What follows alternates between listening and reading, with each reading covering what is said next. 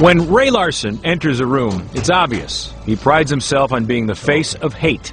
Surrounded by security, he's the international imperial wizard of the National Knights of the Ku Klux Klan. When we asked Larson for an interview, he agreed to meet us at an undisclosed hotel in Indiana, where he's based, to discuss why membership is on the rise. But in the course of our conversation, he said something we weren't expecting. Something about presidential candidate Barack Obama. Well, I'm not going to have to worry about it because somebody else down south is going to take him out. If that man is elected president, he'll be shot sure as hell. Larson wouldn't tell us details about how he believes Obama would be killed, only who might pull the trigger. The hate would be so deep from down south, it would definitely be a southerner. Obama! Obama! Obama! You ain't no real American. None of we have anything to do with it. Yeah, what's that? President.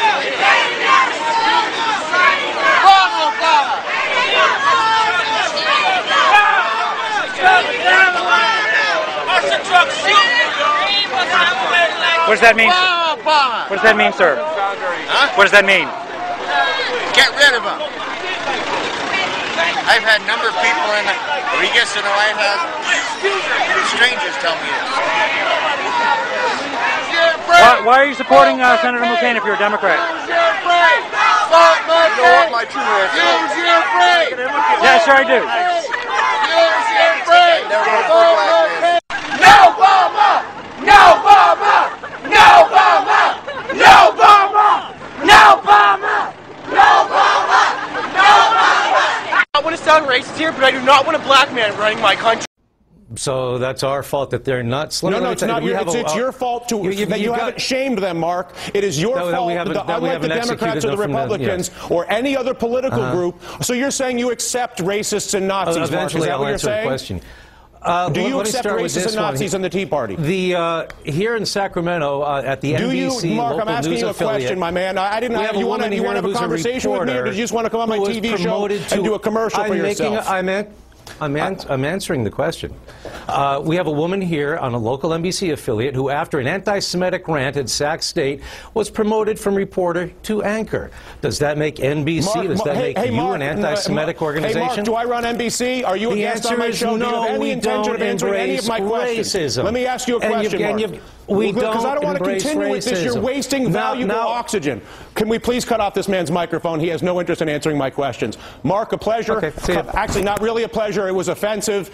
You're offensive. Your treatment of my show as a vehicle to spread your propaganda, ignore my questions, offensive, and an indication of what is wrong with the dialogue in this country, period.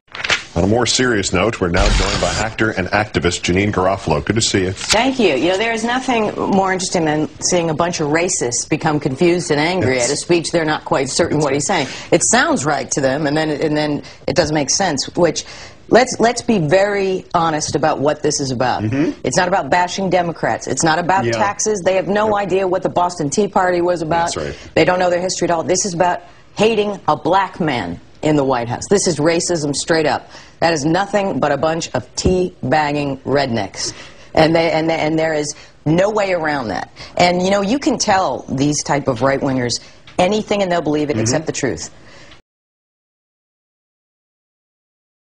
Remember, during the debate, McCain said, I am very proud of everyone at my rallies, everyone at our rallies.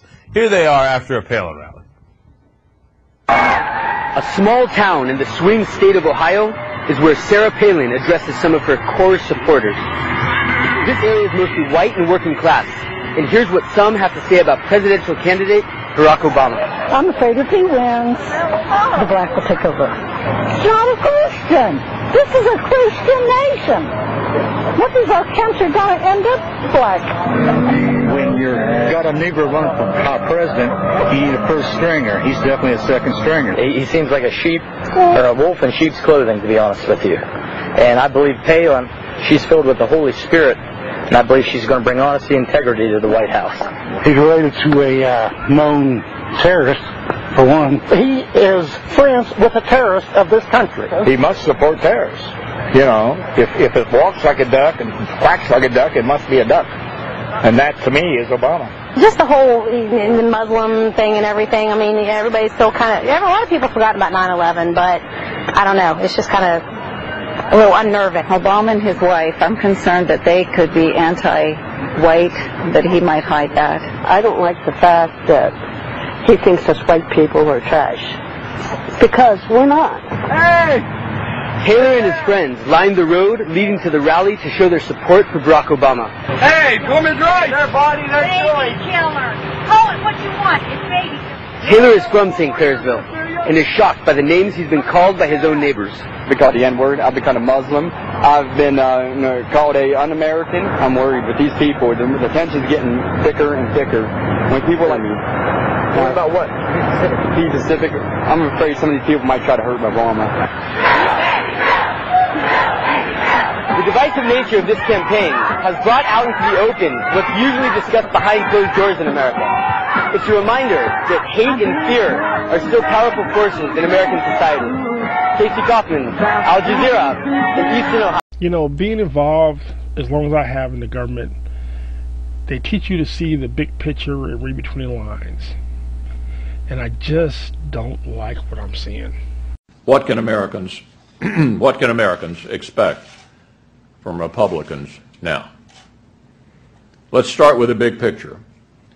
Over the past week, some have said it was indelicate of me to suggest that our top political priority over the next 2 years should be to deny President Obama a second term. So I pray for his life, and I warn America, protect that young man, because if anything happens to him, God help, what America will look like in the world and inside these borders. We can afford to lose an election, but we cannot afford for Michelle Obama and Sasha and Malia to be deprived of their father because of the hate that is budding and growing in America for this young man.